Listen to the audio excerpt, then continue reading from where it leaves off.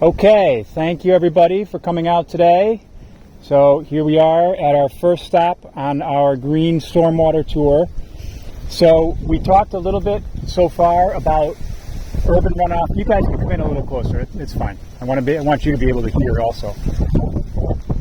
So all the things that we've learned about how hydrology is altered with our impervious surfaces, the practices that we're going to start looking at are all designed to mitigate for that in some way.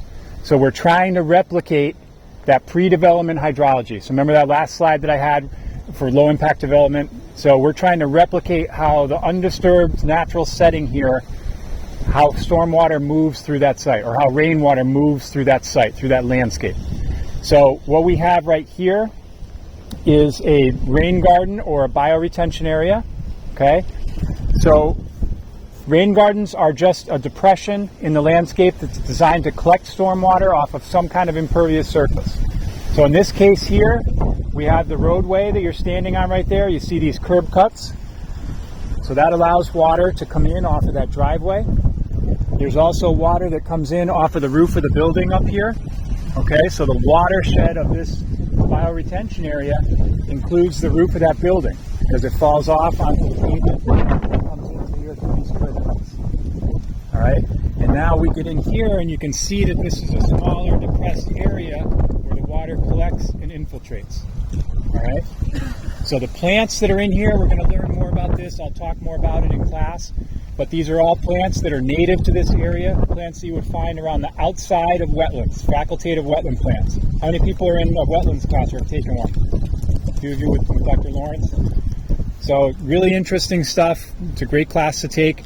So we'll talk a little more about the plants when we get back into class.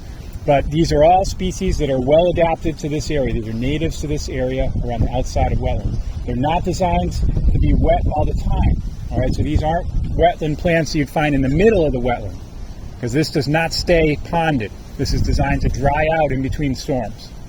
Okay, so a little interesting thing happened here when this bioretention was built.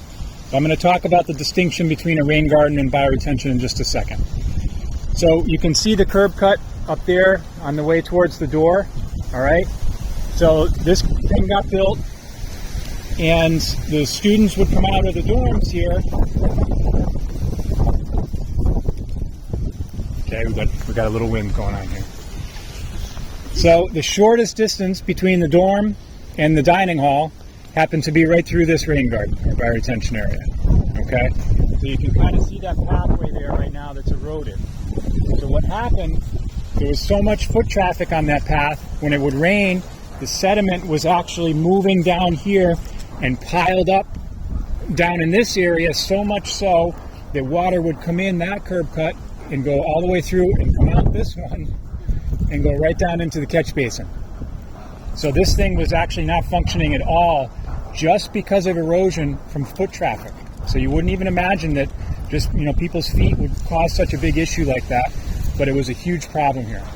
So we made a change here. I dug out underneath and put that grate so water can drop down into the grate, and then put this little stone channel in. It's a little weedy right now, but you get the idea.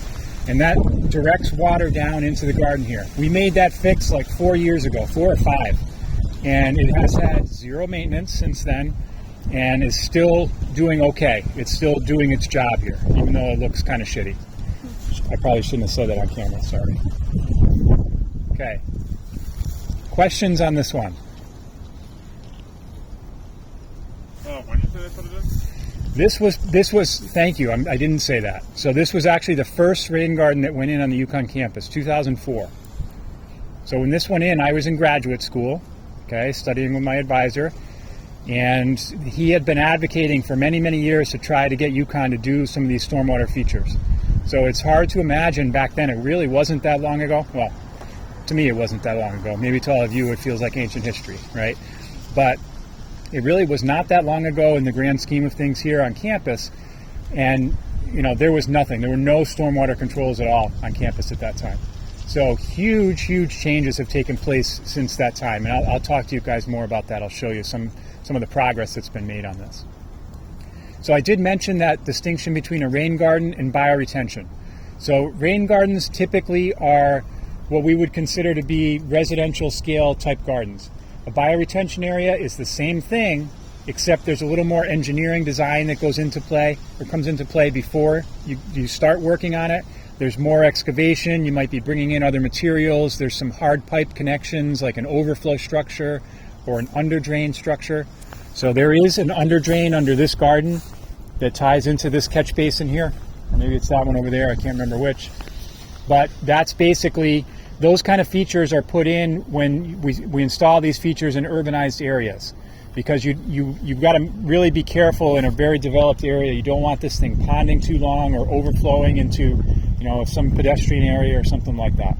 So bioretention is just a fancier rain garden. The concept is the same.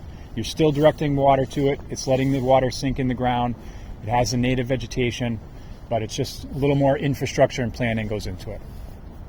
Okay? What else? Any other questions here?